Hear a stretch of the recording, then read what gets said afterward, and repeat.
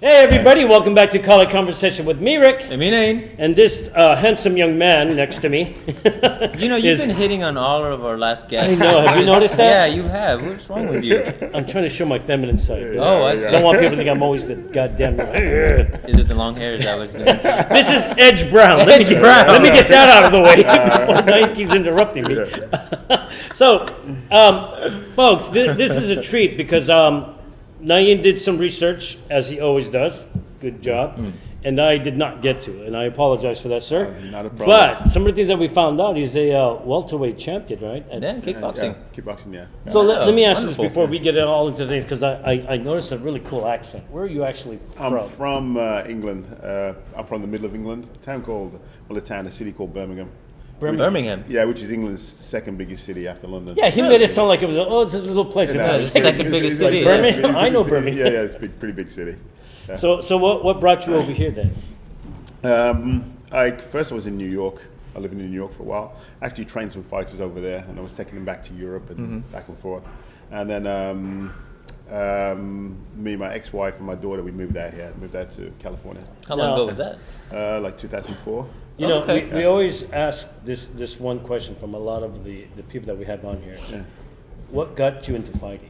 Because especially in England, that's got to. I mean, over there, I know everybody just likes to fight. Yeah, no, right, yeah. I mean, There's a lot of that going on. Well, you started drinking at 16. Yeah. You start going to soccer games as a kid, and everybody's fighting there, so it's Yeah. all that kind of rowdy stuff. But I got into it funny. I used to play soccer.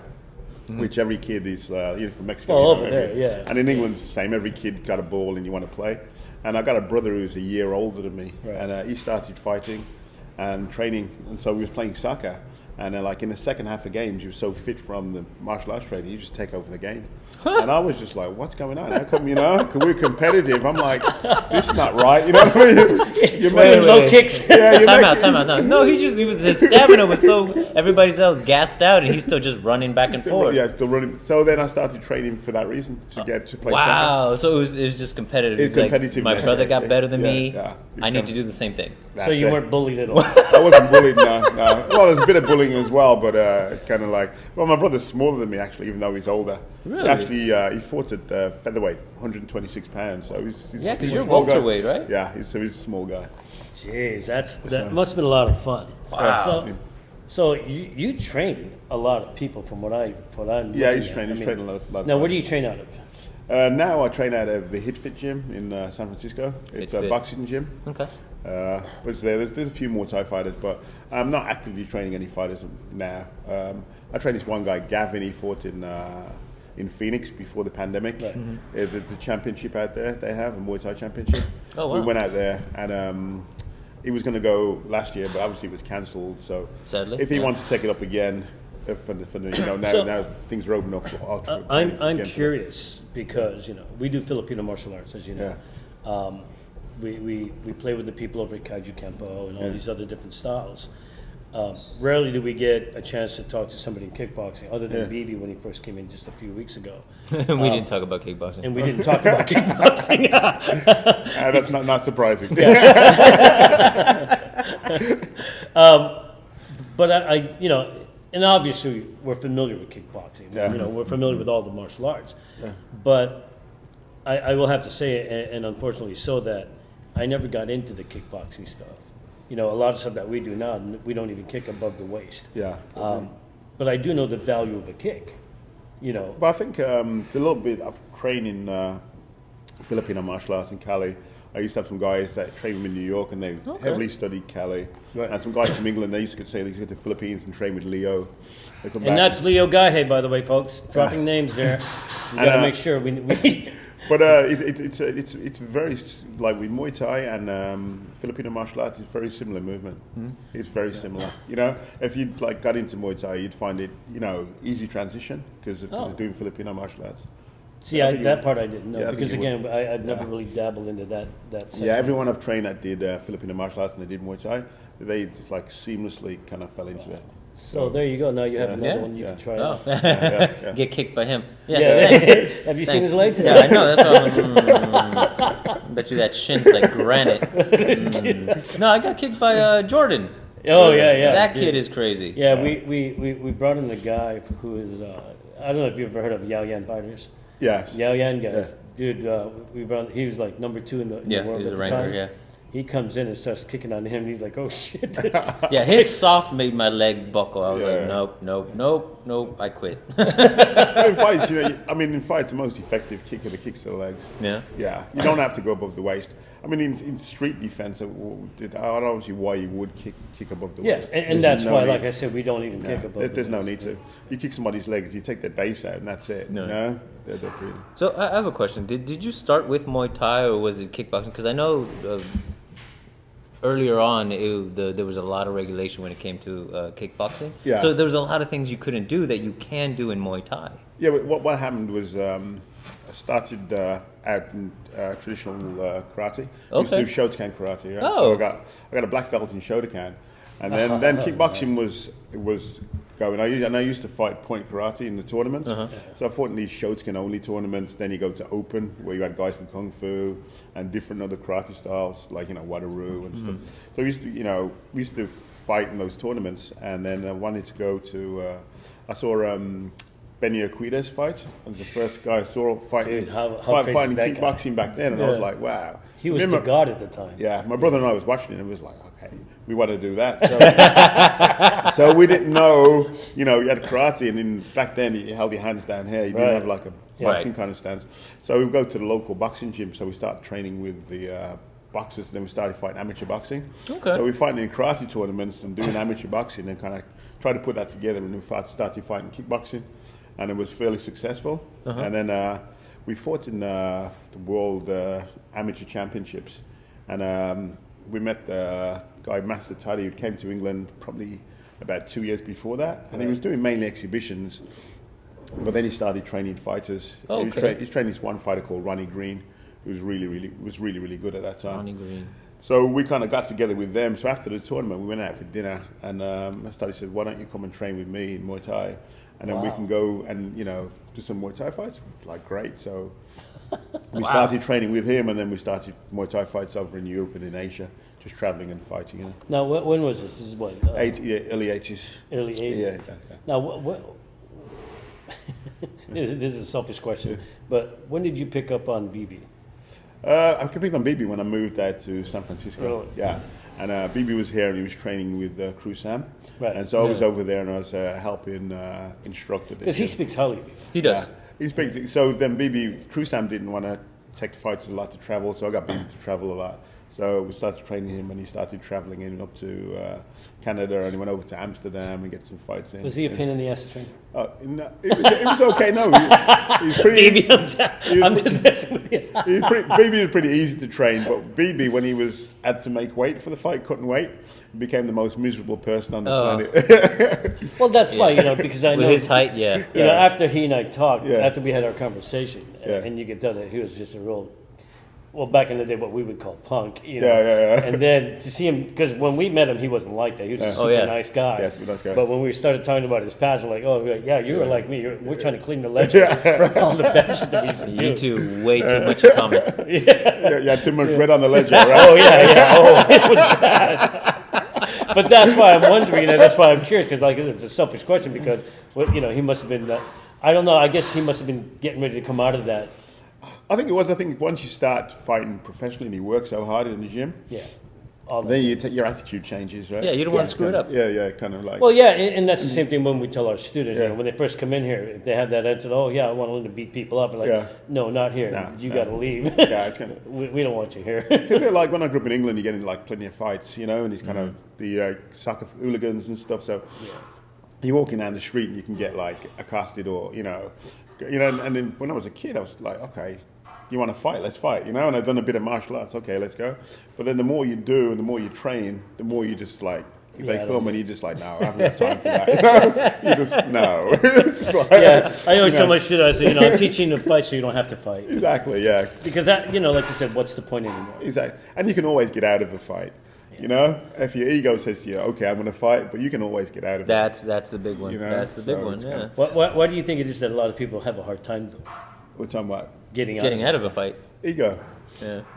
Ego's a thing. I mean, we've all got ego, but Oh, yeah. it's just controlling that ego, right? You know, so it's kind of like the person says something, it's like, are you talking to me? And Yeah. it's all about your ego and Yeah. how you respond You know, that way. As a trainer, how do you curve that in your students? I just tell them the facts. Like anyone you meet on the street, you don't know. Right. You look at them and you don't know what they can do.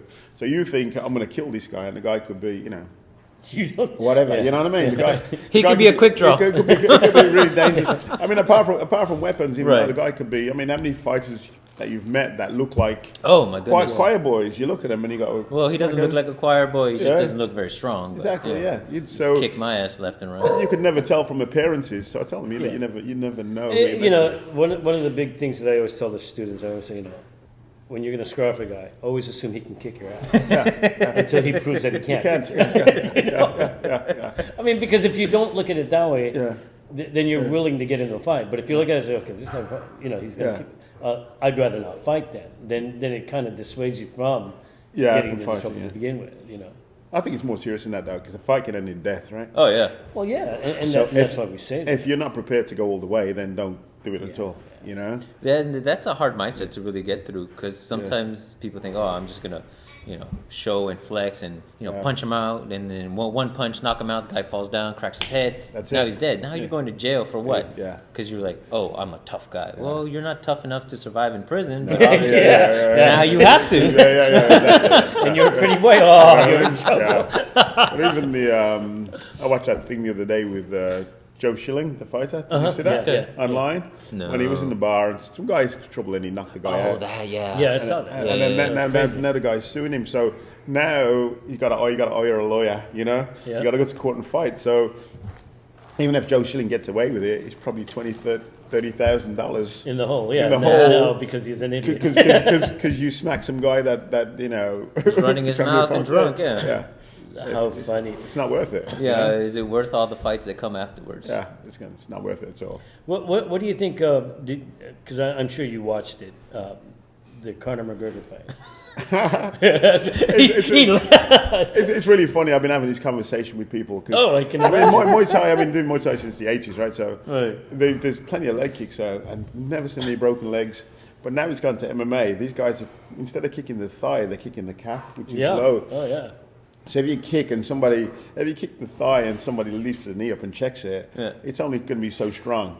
But if you kick the calf and their foot's on the floor and they've got all that weight there and you kick into it, you're going to break your leg. And these guys are, there's been It's shin to shin. Anderson Silva, Oh, Weidman, yeah. and now Conor McGregor. Yeah. I think these guys have just got to really kind of Think about work out the technique that Yeah. they're using and not do it because you're going to see more of that. But I have to ask, in you having the experience in the ring, is your adrenaline really that high that you can step down on your leg before you realize it's broken? Yeah. You don't feel it. You Oh don't my feel it. You God, don't 'cause feel it. Yeah, did you That's- see it? that's jump slow-mo, over? yeah, 'cause you that just- leg was just and it looking just- really Yeah. bad. I mean, he had all his weight on it. And Yeah. But your adrenaline's flowing so much after a fight, Yeah. you don't feel anything. I remember I had one fight crap. I fought now. It was a 12-round fight, and it was like about the 6th or 7th round. I threw a kick and my hamstring popped.